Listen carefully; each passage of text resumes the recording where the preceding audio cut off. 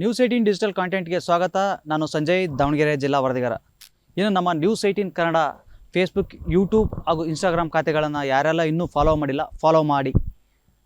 ಏನು ಕಳೆದ 10 ವರ್ಷಗಳಿಂದ ಕುಡಿಯೋ ನೀರಿಗಾಗಿ ಆ ಗ್ರಾಮದ ಒಂದು ಜನರು ಸಾಕಷ್ಟು ಹರಸಾಹಸ ಪಡುವಂತಹ ಪರಿಸ್ಥಿತಿ ಎದುರಾಗಿರುವಂಥದ್ದು. ಅದು ಕೂಡ ದಾವಣಗೆರೆಯಿಂದ ಕೇವಲ ಕೂಗಳತೆ ದೂರದಲ್ಲಿರ್ತಕ್ಕಂಥ ನೇರ್ಲಿಗೆ ಗ್ರಾಮ.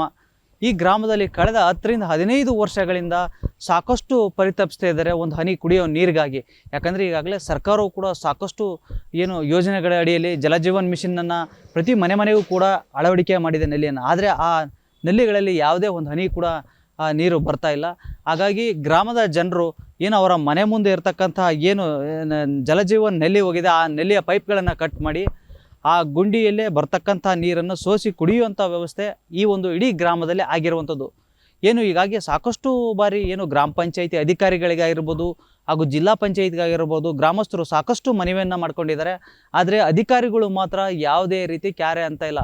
ಹಾಗಾಗಿ ಪ್ರತಿಯೊಂದು ಮನೆಯಲ್ಲೂ ಕೂಡ ಪ್ರತಿಯೊಂದು ಮನೆಗೆ ಒಂದು ಗಾಡಿ ಇದ್ದೇ ಇರುತ್ತೆ ಆ ಒಂದು ನೇರ್ಲಿಗಿ ಗ್ರಾಮದಲ್ಲಿ. ಯಾಕಂದರೆ ಅಷ್ಟೊಂದು ನೀರಿನ ಬರ ಎದ್ದು ಕಾಡುತ್ತೆ ಆ ಗ್ರಾಮದಲ್ಲಿ. ಹಾಗಾಗಿ ಪ್ರತಿಯೊಬ್ಬರು ಕೂಡ ಮನೆಯಲ್ಲಿ ಒಂದೊಂದು ಗಾಡಿಯನ್ನು ಇಟ್ಕೊಂಡು ವೃದ್ಧರಿಂದ ಹಿಡಿದು ಮಕ್ಕಳವರೆಗೂ ಎಲ್ಲರೂ ಕೂಡ ಅಲ್ಲಿ ನೀರನ್ನೇ ಹುಡುಕುವಂಥ ಕೆಲಸ ಮಾಡ್ತಾರೆ. ಯಾಕಂದರೆ ಬಳಕೆಗೆ ಎಲ್ಲಾದರೂ ಒಂದಷ್ಟು ನೀರು ಸಿಕ್ಬಿಡುತ್ತೆ, ಆದರೆ ಕುಡಿಯೋದಕ್ಕೆ ಯೋಗ್ಯವಾದ ನೀರು ಸಿಗೋದಿಲ್ಲ.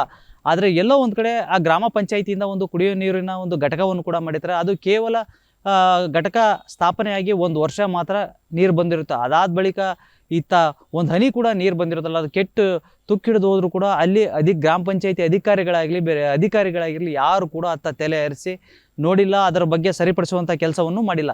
ಹಾಗಾಗಿ ಗ್ರಾಮದ ಜನರು ಹೇಳುವಂಥದ್ದು ಒಂದೇ, ಈಗ ಈ ಒಂದು ಗ್ರಾಮಕ್ಕೆ ಕುಡಿಯುವ ನೀರಿನಿಂದ ಇಷ್ಟೊಂದೆಲ್ಲ ಸಮಸ್ಯೆ ಇರೋದ್ರಿಂದ ನಮ್ಮ ಗ್ರಾಮಕ್ಕೆ ಹೆಣ್ಣು ಕೊಡೋದಕ್ಕೆ ಕೂಡ ಹಿಂದೆ ಮುಂದೆ ನೋಡುವಂಥ ಪರಿಸ್ಥಿತಿ ಎದುರಾಗಿದೆ ಅಂಥೇಳಿ ಗ್ರಾಮದ ಮಹಿಳೆಯರು ಕೂಡ ಒಂದು ಆಕ್ರೋಶವನ್ನು ಹೊರ ಹಾಕ್ತಿದ್ದಾರೆ. ಹಾಗಾಗಿ ಗ್ರಾಮದವರು ಹೇಳುವಂಥದ್ದು ಒಂದೇ, ಆದಷ್ಟು ಬೇಗ ಈ ಜಲಜೀವನ್ ಮಿಷನ್ ಕೋಟ್ಯಾಂತರ ರೂಪಾಯಿ ವೆಚ್ಚದಲ್ಲಿ ನಿರ್ಮಾಣ ಮಾಡಿದ್ದಾರೆ. ಆದರೆ ಒಂದು ಹನಿ ನೀರು ಅದರಲ್ಲಿ ಬರ್ತಾ ಇಲ್ಲ, ಆ ನೆಲ್ಲಿಗೆ ನೀರು ಏರೋದಿಲ್ಲ. ಹಾಗಾಗಿ ಇದು ಯಾವ ರೀತಿ ಎಲ್ಲ ಕಳಪೆ ಕಾಮಗಾರಿ ಆಗಿರೋದ್ರಿಂದ ಈ ಒಂದು ಕಾಮಗಾರಿಯನ್ನು ಎಲ್ಲ ಮೊದಲಿನ ರೀತಿಯಲ್ಲಿ ತೆಗೆದು ಹೊಸದಾಗಿ ಕಾಮಗಾರಿಯನ್ನು ಮಾಡಬೇಕು, ನಮ್ಮೂರಿಗೆ ಕುಡಿಯೋ ನೀರು ಕೊಡಬೇಕು ಅಂತೇಳಿ ಸಾಕಷ್ಟು ಜನರ ಒಂದು ಅಳಲಾಗಿರುವಂಥದ್ದು.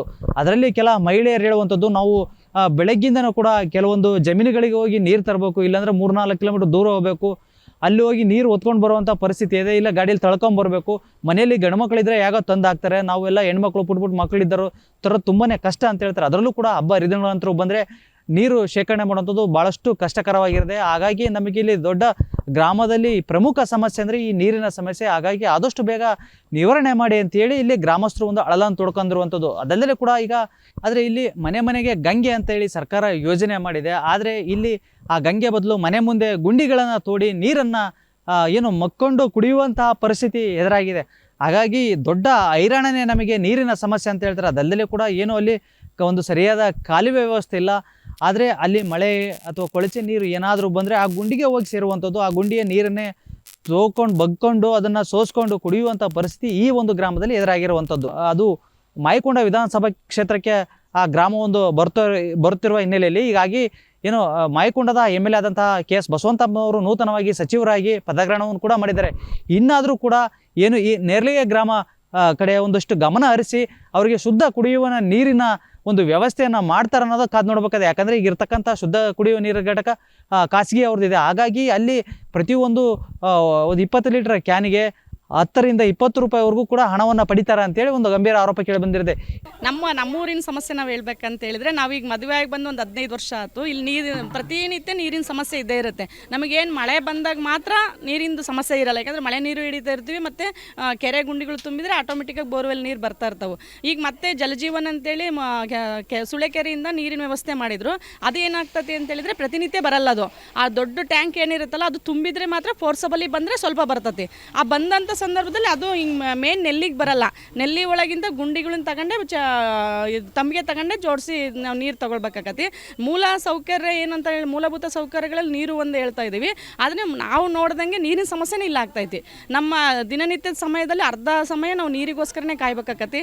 ಮತ್ತು ಯಾವ್ದಾದ್ರು ಜಾನುವಾರುಗಳನ್ನ ಕಟ್ಕೊಂಡ್ರೆ, ಮತ್ತು ಯಾವ್ದಾದ್ರು ಹಬ್ಬ ಹರಿದಿನಗಳು ಬಂದಾಗ, ಆಮೇಲೆ ಮನೆಗಳನ್ನ ಕ್ಲೀನ್ ಮಾಡೋಕ್ಕಾದ್ರೆ ನೀರಿನ ವ್ಯವಸ್ಥೆನೇ ಇರಲ್ಲ. ಆ ನೀರಿಗೋಸ್ಕರನೇ ಕಾಯ್ಬೇಕಾಗತ್ತೆ. ನಮ್ಮ ಸರ್ಕಾರಕ್ಕೆ ಒಂದು ಹೇಳುವಂಥದ್ದು ಏನಂತ ಹೇಳಿದ್ರೆ, ಮನುಷ್ಯನಿಗೆ ಬೇಕಾಗಿರುವಂಥದ್ದು ಮತ್ತು ಸ್ವಚ್ಛತೆ ಮತ್ತು ನೀರಿಂದು ಕುಡಿಯೋ ನೀರಿನ ವ್ಯವಸ್ಥೆ. ಇಲ್ಲಿ ಪಂಚಾಯತಿಯಿಂದ ಫಿಲ್ಟರ್ ನೀರು ವ್ಯವಸ್ಥೆ ಮಾಡಿದರು, ಒಂದು 2 ವರ್ಷ ಬಂತದು. ಆಮೇಲೆ ಏನಾಯಿತು, ಅದು ಮಿಷನರಿ ಕೆಟ್ಟೋತು ಅಂತ ಹೇಳಿ ಮತ್ತೆ ಏನಾಯಿತು, ಮತ್ತೆ ಬೋರ್ವೆಲ್ ನೀರು ಹೋಗೈತಿ ಅಂತೇಳಿ ಅದನ್ನ ಹಂಗೆ ಡ್ರಾಪ್ಔಟ್ ಮಾಡಿದರು. ಈಗ ಏನಾಗ್ತದೆ, ಎಲ್ಲ ಕುಡಿ ನೀರಿನ ವ್ಯವಸ್ಥೆ ಫಿಲ್ಟರ್ ನೀರನ್ನು ಪ್ರೈವೇಟ್ನವ್ರು ಏನು ಮಾಡ್ತಾರಲ್ಲ ಅಲ್ಲಿ ಒಂದು 10 ರೂಪಾಯಿ ಕೊಟ್ಟು ಒಂದು ಬಾಟ್ಲಿಗೆ ತೊಗೊಂಡೋಗ್ತಾರೆ. ಗ್ರಾಮ ಪಂಚಾಯತರಿಗೆ ಎಲ್ಲರಿಗೂ ಹೇಳ್ತೀವಿ ನಾವಲ್ಲಿ, ಮನೆಗೆ ಹೋಗಿ ಹೇಳಿ ಬಂದರೆ ಅಲ್ಲಿ ಏನಾಗ್ತದೆ ಅಂತ ಹೇಳಿದ್ರೆ ಅವ್ರ ಸಮಸ್ಯೆ ಏನಾಗ್ತದೋ ಗೊತ್ತಿಲ್ಲ. ನಾವು ಕಳಿಸ್ತೀವಿ ಅಂತ ಹೇಳ್ತಾರೆ, ಪೈಪ್ಲೈನ್ಗಳು ಮಾಡ್ತಾರೆ, ಅದು ನೀರು ಬರ್ತಾ ಇಲ್ಲ ಅಂತ ಹೇಳಿದ್ರೆ ನೀರು ಸೋರ್ಸ್ ಕರೆಕ್ಟಾಗಿ ಮಾಡ್ತಿಲ್ಲ ಅವರು. ಈಗ ಮಳೆ ಬಂದಾಗ ಹಿಂಗೆ ಗುಂಡಿಗಳನ್ನು ಮಾಡ್ಕೊಂಡ್ರೆ ಆ ನೀರು ಎಲ್ಲರೂ ಒಂದು ಸ್ವಲ್ಪ ಸ್ಟೋರೇಜ್ ಆಗಿ ಬೋರ್ವೆಲ್ಗಳು ಬರ್ಲಿಕ್ಕಾದ್ರೂ ವ್ಯವಸ್ಥೆ ಆಗ್ತದೆ. ಇಲ್ಲ ಮಧ್ಯೆ ಟ್ಯಾಂಕ್ಗಳು ಮಾಡಿದ್ದಾರೆ ಅವಾಗ, ಆದರೆ ಆ ನೀರನ್ನು ಆ ಟ್ಯಾಂಕಿಗಳಿಗೆ ಬಿಡ್ತಿಲ್ಲ. ಅಟ್ಲೀಸ್ಟ್ ಆ ಟ್ಯಾಂಕಿಗಳಿಗೆ ಅದ್ರ ತುಂಬಿದಾಗ ಬೇರೆ ಟೈಮ್ನ ನಾವು ತಗೊಳ್ಬೋದು. ಬೇಸಿಗೆ ಟೈಮಲ್ಲಿ ಆ ಟ್ಯಾಂಕಿಗೆ ಬಂದರೆ ನೀರು ಎಲ್ಲರೂ ಹೋಗಿ ಹಿಡ್ಕೊಳ್ಬೋದು. ಇಲ್ಲಿ ನಾವು ಮದುವೆಯಾಗಿ ಬಂದು 14 ವರ್ಷ ಆಯಿತು. ಅವಾಗಿಂದನೇ ಇದೇ ಪರಿಸ್ಥಿತಿ. ಒಂದು ಹೆಣ್ಣು ಕೊಡೋಕ್ಕಾದ್ರೂ ನೋಡಿ ಕೊಡ್ತಾರೆ. ಆಮೇಲೆ ಹೆಣ್ಮಕ್ಳು ಗಾಡಿ ದಬ್ಕೊಂಡು ಹೋಗಿ ಗಂಡ್ಮಕ್ಳು ಕೆಲ್ಸಕ್ಕೆ ಹೋಗ್ತಾರೆ, ನಾವೇ ದಬ್ಬಬೇಕು. 4-5 ದಿವ್ಸಕ್ಕೊಂದ್ಸರಿ ನೀರು ಬಿಡ್ತಾರೆ. ನಲ್ಲಿ ಮಾಡ್ಯಾರೆ, ಅದ್ರ ಒಂದಿನವೂ ಬಂದಿಲ್ಲ ನೀರು. ಈಗ ಹಿಂಗೆ ಕುತ್ಕೊಂಡು ತೋಡ್ಬೇಕು, ಇದು ಹಿಂಗೆ ಗಲೀಜು ಬರ್ತವೆ, ಅವನ್ನ ಸೋಸ್ಕೋಬೇಕು, ಮತ್ತು ಇನ್ನೊಂದ್ಸರಿ ಪಂಚೆ ಕಟ್ಟಿ ಡ್ರಮ್ಮಿಗೆ ಸೋಸ್ಕೋಬೇಕು. ಆರೋಗ್ಯ ಕೆಟ್ಟೋಗುತ್ತೆ ಅನ್ನೋ ಕಾರಣದಿಂದ ನಾವು ಇಷ್ಟು ನೀಟಾಗಿ ನೀರು ಸೋಸ್ಕೊತಾ ಇದ್ದೀವಿ. ಇದೇ ಪರಿಸ್ಥಿತಿ ಯಾವಾಗಲೂ ಐತ್ರಿ. ಸುಮಾರು ವರ್ಷ ಆಯಿತು, ಯಾರು ಬಂದು ಕೇರ್ ಮಾಡ್ತಾನೂ ಇಲ್ಲ ಈ ಊರಲ್ಲಿ. ಎಲ್ಲ ಹೇಳ್ತೀವಿ, ಬರ್ತಾರೆ, ನೋಡ್ತಾರೆ, ಮಾಡ್ತೀವಿ ಅಂತಾರೆ, ಹೋಗ್ತಾರೆ, ಇದನ್ನೇ ಮಾಡ್ತಾರೆ ಮತ್ತೆ ತಿರ್ಗಾ ಅಷ್ಟೇ. ಹೀಗಾಗಿ ಇದನ್ನು ಕೂಡಲೇ ನೂತನ ಸಚಿವರಾದಂತಹ ಬಸವಂತಪ್ಪನವರು ಅವರ ಗಮನದಲ್ಲಿರಿಸಿ ಇದನ್ನು ಕೂಡಲೇ ಸಮಸ್ಯೆಯನ್ನು ಬಗೆಹರಿಸುವಂಥ ಕೆಲಸವನ್ನು ಮಾಡ್ತಾರೆ ಅನ್ನೋದನ್ನು ಕಾದು ನೋಡಬೇಕಾಗಿದೆ. ಸಂಜಯ್, ನ್ಯೂಸ್ 18 ದಾವಣಗೆರೆ. ನಿರ್ಭೀತ, ನಿಷ್ಪಕ್ಷಪಾತ, ವಿಶ್ವಾಸಾರ್ಹ ಸುದ್ದಿಗಳಿಗೆ ಮತ್ತೊಂದು ಹೆಸರಾಗಿರುವಂತ ನ್ಯೂಸ್ 18 ಕನ್ನಡ ಈಗ ಆಪ್ನಲ್ಲೂ ಲಭ್ಯವಿದೆ. ದಯವಿಟ್ಟು ಇಲ್ಲಿರುವಂತ QR ಕೋಡ್ ಸ್ಕ್ಯಾನ್ ಮಾಡಿಕೊಂಡು ಆಪ್ ಡೌನ್ಲೋಡ್ ಮಾಡೋದಕ್ಕೆ ಮರಿಬೇಡಿ. ನಿಮ್ಮ ಬೆಂಬಲ ಹೀಗೆ ಸದಾ ನಮ್ಮೊಂದಿಗಿರಲಿ. ಧನ್ಯವಾದ.